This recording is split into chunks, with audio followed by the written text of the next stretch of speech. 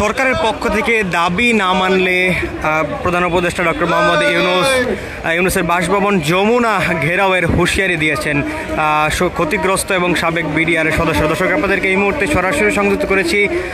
জাতীয় জাদুঘরের সামনে এবং শাহবাগ মোড়ের পার্শ্ববর্তী এই যে স্থানটিতে কিন্তু অবস্থান নিয়েছেন বিডিআর সদস্যরা এবং তারা কিন্তু গত 3 দিন যাবৎ ঢাকায় অবস্থান নিয়েছেন কেন্দ্রীয় শহীদ মিনার এবং তার পরবর্তী সময়ে এই সময়ে কিন্তু তারা গতকাল থেকে অবস্থান নিয়েছেন এই শাহবাগে এবং তারা যে বিষয়টি বলছিলেন তাদের যে 3 দফা দাবি, সেই 3 দফা দাবি আদায় না হলে তারা প্রধান উপদেষ্টা ডক্টর মোহাম্মদ ইউনূসের বাসভবন যমুনা ঘেরাও কিন্তু তারা করবেন, সেই হুঁশিয়ারিটি তারা করেছিলেন এবং গতকাল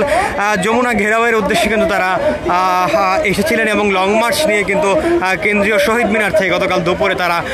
এসেছিলেন এবং তবে শাহবাগে তারা কিন্তু পুলিশের বাধার সম্মুখীন হয়েছিলেন এবং সেখানে কিন্তু অর্থাৎ শাহবাগ মোড়ে তারা তারপর বসে পড়েছিলেন, যার কারণে ঘণ্টাখানেক কিন্তু শাহবাগে যান চলাচল বন্ধ ছিল এবং তারা কিন্তু অবরোধ করে তাদের যে দাবি সেই দাবিটি জানিয়েছিলেন। তবে পরবর্তী সময়ে তারা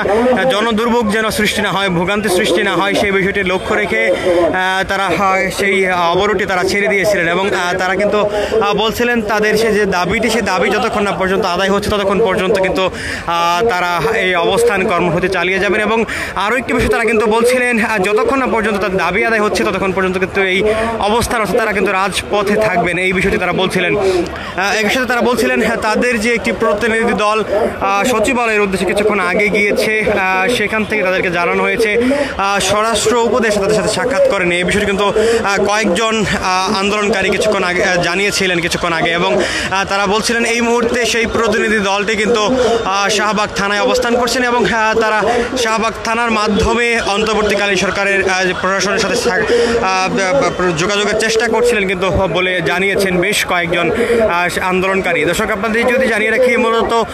3 দফা দাবি আদায়ের লক্ষ্যে এই অবস্থান কর্মসূচি চালিয়ে যাচ্ছেন সাবেক বিডিআর সদস্যরা। তাদের যে 3 দফা দাবি তার মধ্যে কিন্তু রয়েছে চাকরিচ্যুত বিডিআর সদস্য যারা বিগত 2009 সালে পিলখানা হত্যাকাণ্ডের ঘটনায় এবং এর পরবর্তী সময় তাদেরকে চাকরিচ্যুত করা হয়েছে, তাদেরকে চাকরিতে পুনর্বহাল করতে হবে এবং যারা ক্ষতিগ্রস্ত হয়েছেন সেই ক্ষতিগ্রস্ত বিডিআর সদস্য এবং তাদের পরিবারকে ক্ষতিপূরণ দিতে হবে, এইটি কিন্তু তারা জানিয়েছিলেন। এছাড়াও তারা দ্বিতীয় যে দাবিটি তারা করছিলেন নির্দোষ যে সকল বিডিআর সদস্যদেরকে অন্যায়ভাবে যে কারাবন্দি রাখা হয়েছে তাদেরকে যেন দ্রুত সময়ের মধ্যে কারামুক্তি দেওয়া হয়, সেই বিষয়ে তারা বলছিলেন। এছাড়াও সর্বশেষ যে দাবি তারা করছিলেন যেই বাংলাদেশ রাইফেলসের যে নাম, সেই নামটি যেন পুনঃস্থাপন করা হয়। বর্তমানে বর্ডার গার্ড বাংলাদেশ বিজিবির নামটি পরিবর্তন করে পূর্বের যে নাম বাংলাদেশ রাইফেলস বিডিআর নামে যেন পুনঃস্থাপন করা হয়, সেই বিষয়টি তারা করছে। অর্থাৎ এই 3 দফা দাবি আদায় না হওয়া পর্যন্ত তারা মাঠ ছাড়বেন না বলে কিন্তু হুঁশিয়ারি করেছেন এবং তাদের কিন্তু আজকে বেলা 12টা পর্যন্ত একটি আলটিমেটাম ছিল, অর্থাৎ তাদের দাবি আদায় না হলে 12টার পর তারা প্রধান উপদেষ্টা ডক্টর মোহাম্মদ ইউনূসের বাসভবন যমুনা ঘেরাওয়ে যাবেন, এই হুঁশিয়ারি তারা করেছিলেন। তবে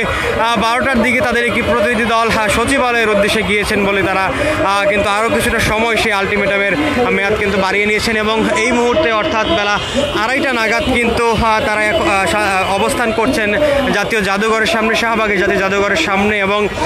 সেখানে কিন্তু তারা আবারও একত্রিত হচ্ছেন। তবে তাদের মধ্য থেকে বেশ কয়েকজন আন্দোলনকারী জানিয়েছেন স্বরাষ্ট্র উপদেষ্টা তাদের সাথে সাক্ষাৎ করেন, অর্থাৎ যে প্রতিনিধি দলটি সচিবালয়ে গিয়েছে তাদের সাথে সাক্ষাৎ করেননি এবং যার কারণে তারা কিন্তু থানায় এসেছেন, অর্থাৎ শাহবাগ থানায় এসে আবারও কথা বলার চেষ্টা করছেন যেন প্রশাসনের পক্ষ থেকে তাদের যে দাবিগুলো সেই দাবিগুলো নিয়ে যেন বৈঠকে বসেন, সে লক্ষ্যেই কিন্তু তাদের প্রতিনিধি দল এই মুহূর্তে থানায় রয়েছে বলে কিন্তু জানিয়েছেন বেশ কয়েকজন আন্দোলনকারী। তবে আন্দোলনকারীরা যে বিষয়টি বলছিলেন অর্থাৎ ক্ষতিগ্রস্ত এবং যেই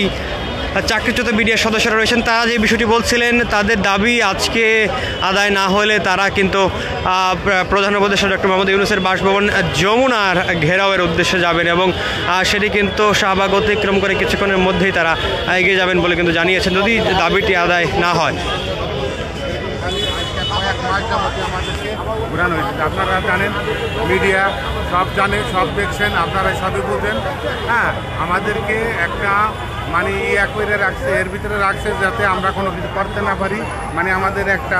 গণ্ডির ভিতরে এইভাবে আটক করে রাখতেছে। কিন্তু সরকার যে কী করবে আমরা কিছু বুঝি না। আমাদের যদি দাবি ন্যায্য হয় তাহলে দেখ, আর যদি দাবি ন্যায্য না তাহলে আমরা